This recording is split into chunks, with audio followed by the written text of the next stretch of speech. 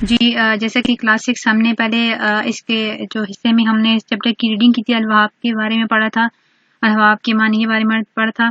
کیا ہے الوہاب؟ اللہ تعالیٰ کی صفات انعام میں سے ایک ہے. اللہ تعالیٰ ہی دینے پہ قادر ہیں، وہ جس کو چاہتے ہیں عطا کرتے ہیں، جس کو چاہتے ہیں نہیں عطا کرتے. تو اب ہم اس چیپٹر سے کی جو ہے وہ مشق کی طرف آتے ہیں.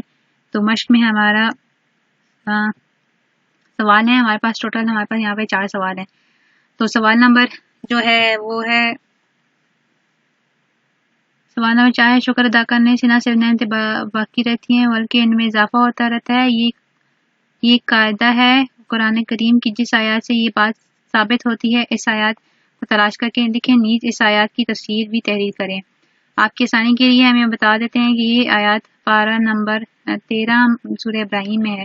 آپ نے یہ تفسیر ڈھونڈ کے اور لکھنی ہے اپنی نوٹ بک پہ. اور سوال نمبر 3 ہے، جو یہ دعا ہے اللہم انی علی ذکرک و شکرک و حسن عبادتک، یہ آپ نے یاد کرنی ہے ترجمے کے ساتھ.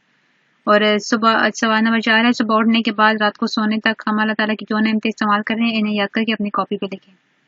یہ آپ نے خود سے لکھنا ہے. ہم صبح سے لے کے رات تک جو اللہ تعالیٰ کی نعمتیں استعمال کرتے ہیں ان کے بارے میں. تو اپنی جو ہے وہ سوال کی طرف آتے ہیں.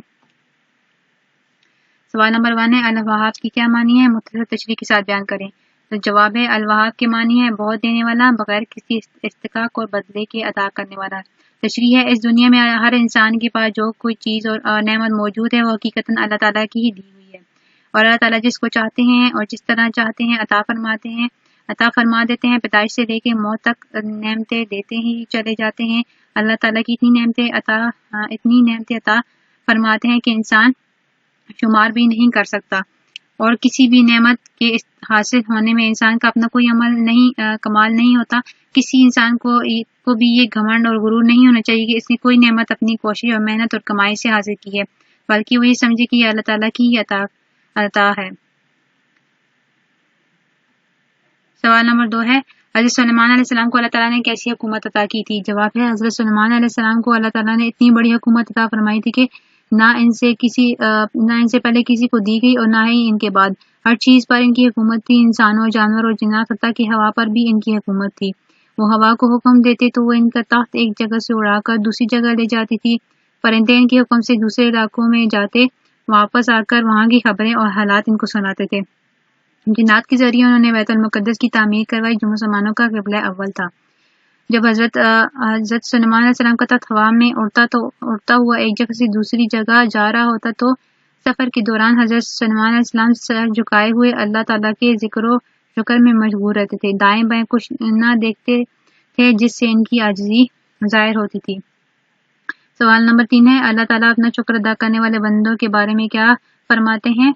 تو اس کا جواب ہے، اللہ تعالیٰ اپنا شکر ادا کرنے والے بندوں کے بارے میں فرماتے ہیں، اگر تم میری نعمتوں پر شکر ادا کرو گے تو میں ان نعمتوں میں اضافہ کروں گا، اور جو لوگ اللہ تعالیٰ کی نعمتوں کو شکر ادا نہیں کرتے اللہ تعالیٰ ان سے اپنی نعمتیں واپس لے لیتے ہیں یا ان نعمتوں کے ہونے کے باوجود انہیں کوئی فائدہ حاصل نہیں ہوتا.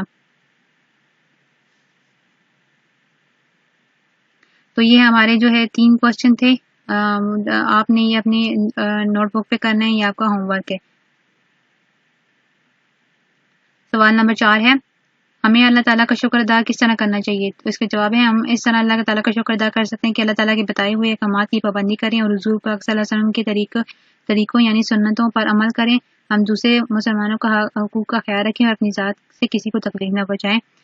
اس کے ساتھ جو ہے ہماری مشق کمپلیٹ ہوتی ہے. اور آپ نے یہ سارے کوشچن کرنے ہیں اور جو دعا تھی وہ آپ نے یاد کرنی ہے، اس کا ترجمہ بھی یاد کرنا ہے. اور ساتھ میں یہ جو آپ کا سوال جواب ہے آپ کا ہوم ورک ہے، تو آپ نے لازمی کرنا.